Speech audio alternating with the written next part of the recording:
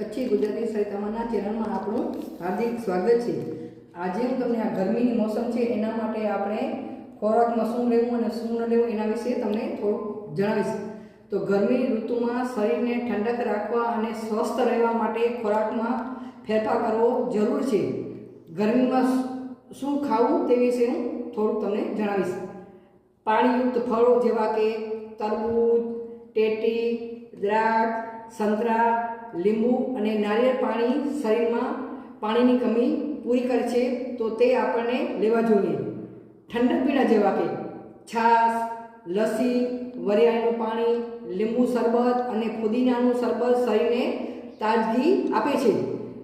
શાકભાજીમાં કાકડી, ખીરા, દૂધી, તુરિયા, ટીંડોળા અને ટમેટા જેવા પાણી જેમાં પ્રમાણ વધુ હોય તેવા ખાવા જોઈએ। ગરમીમાં દહીંનું સેવન પાચન તંત્રને સારું રાખે છે અને પેટને ઠંડક આપે છે, તો દહીંનો ઉપયોગ કરવો જોઈએ। ફળગાવેલા કઠોળ, સંતુલિત આહાર અને ઓછા મસાલાવાળું ભોજન કરવું જોઈએ।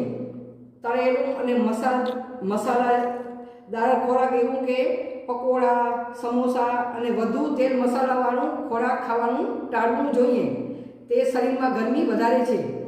ચા અને કોફીનું વધુ પડતું સેવન ન કરવું જોઈએ, તે ડિહાઇડ્રેશનનું કારણ બને છે। પીઝા, બર્ગર અને પેકેટ બંધી જે નાસ્તો હોય છે તે પચવામાં ભારે હોય છે, તો તેનું ઓછો ઉપયોગ કરવો જોઈએ। વધુ મીઠાઈ ખાવી ન જોઈએ, જેમ ખાંડ પીણા અને આઈસ્ક્રીમ ઠંડક આપવાને બદલે આપણે ગરમી પેદા કરે છે, તો તેને ટાળવું જોઈએ। અને બહારનું ખુલ્લું ભોજન આપણે ખાવું ન જોઈએ। દિવસ દરમિયાન પુષ્કળ પ્રમાણમાં પાણી પીતા રહેવું, આવું ધ્યાન રાખીએ તો ગરમી આપણે ઓછી લાગે। આભાર।